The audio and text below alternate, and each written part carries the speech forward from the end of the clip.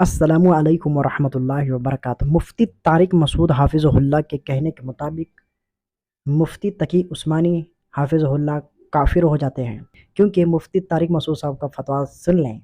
میرا یہ عقیدہ ہے کہ اگر کسی کے سامنے 2 اور 2 4 کی طرح ثابت ہو جائے نا کہ ابو حنیفہ کا قول 100% غلط ہے اور حدیث میں جو لکھا ہے صحیح ہے، پھر بھی وہ ابو حنیفہ کی تقلید کرتا ہے، میرا فتویٰ ہے اسی وقت کافر ہو جائے گا وہ کیونکہ وہ ابو حنیفہ کو نبی پر کیا کر رہا ہے؟ ترجیح۔ تو ہم ایسے غلوف کے قائل نہیں ہیں کہ پتھر پہ لکیر بن جائے ان کی بات اور زمین آسمان ادھر سے ادھر ہو جائے، نہیں چھوڑنا، ایسا نہیں ہے۔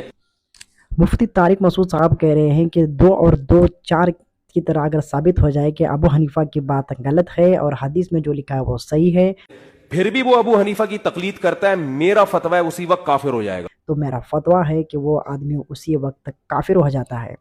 ہاں بھائی ہاں، مفتی طارق مسعود صاحب یہ کہہ رہے ہیں کہ اسی وقت وہ آدمی کافر ہو جاتا ہے۔ اگر ہم چند دن پیچھے چلے جائیں گے نا، تو مفتی طارق مسعود صاحب نے خود ابو حنیفہ کا دفاع کیا تھا کہ ابو حنیفہ کہتے ہیں کہ 2.5 سال تک بچے کو دودھ پلانا ہے، حالانکہ قرآن کہہ رہا ہے 2 سال، ابو حنیفہ کہتے ہیں 2.5 سال، لیکن مفتی طارق مسعود صاحب نے وہاں ابو حنیفہ رحمہ اللہ علیہ کا دفاع کیا تھا۔ چلو ٹھیک ہے، ان کا فتویٰ چینج ہو گیا کیونکہ وقتاً فوقتاً فتوے دیتے رہتے ہیں مفتی طارق مسعود حافظ اللہ۔ اب یہ نیا فتویٰ ہے کہ جو تقلید کرتا ہے، اندھی تقلید کرتا ہے، ابو حنیفہ کے حدیث چھوڑ کر ابو حنیفہ کے قول کو اگر فالو کرتا ہے تو اسی وقت کافر ہو جاتا ہے، یہ کہا ہے مفتی طارق مسعود حافظ اللہ نے۔ تو مفتی تقی عثمانی حافظ اللہ، انہوں نے ایک کتاب لکھی ہے تقلید کی شرعی حیثیت۔ اس کتاب کے اندر انہوں نے لکھا ہوا ہے کہ اگر صحیح حدیث آ جائے، اگر کوئی صحیح حدیث لگے جو امام کے مسلک کے خلاف ہو، تب بھی آپ کو امام کا مسلک نہیں چھوڑنا چاہیے۔ آپ کو یہ سمجھنا چاہیے کہ حدیث کا صحیح مفہوم مجھے سمجھ میں نہیں آیا، یعنی حدیث مجھے سمجھ میں نہیں آئی، یا حدیث کا صحیح مفہوم اور محمل مجھے سمجھ میں نہیں آیا، میں جاہل ہوں، یہ آپ کو سمجھنا ہے، لیکن پھر بھی آپ ابو حنیفہ کی تقلید نہیں چھوڑ سکتے۔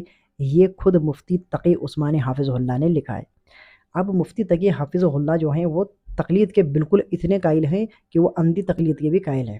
اس سے یہی پتہ چلتا ہے کہ وہ کہہ رہے ہیں کہ اگر صحیح حدیث آ بھی جائے تب بھی آپ کو امام صاحب کا مسلک بالکل نہیں چھوڑنا ہے، پھر بھی اسی پہ آپ کو رہنا ہے اور سمجھنا یہ ہے کہ حدیث مجھے سمجھ میں نہیں آئی۔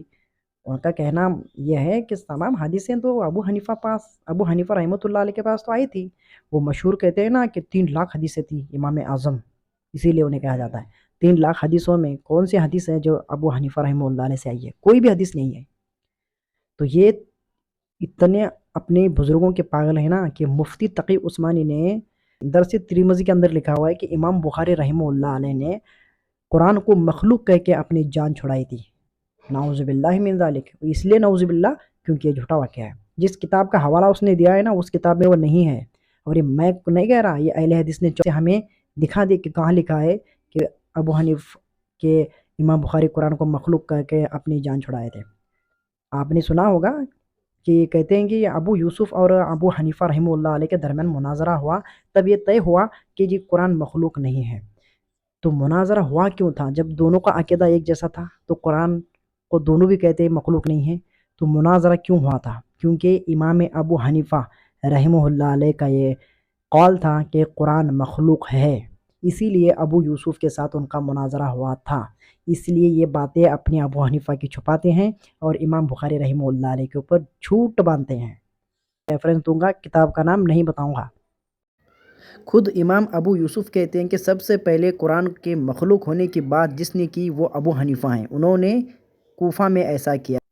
تو یہ ان لوگوں کا علمی لیول ہے، اپنے امام سے محبت کرتے ہیں، جو امام بخاری معتبر سب سے خطرناک محدث تھے، ان سے نفرت کرتے ہیں۔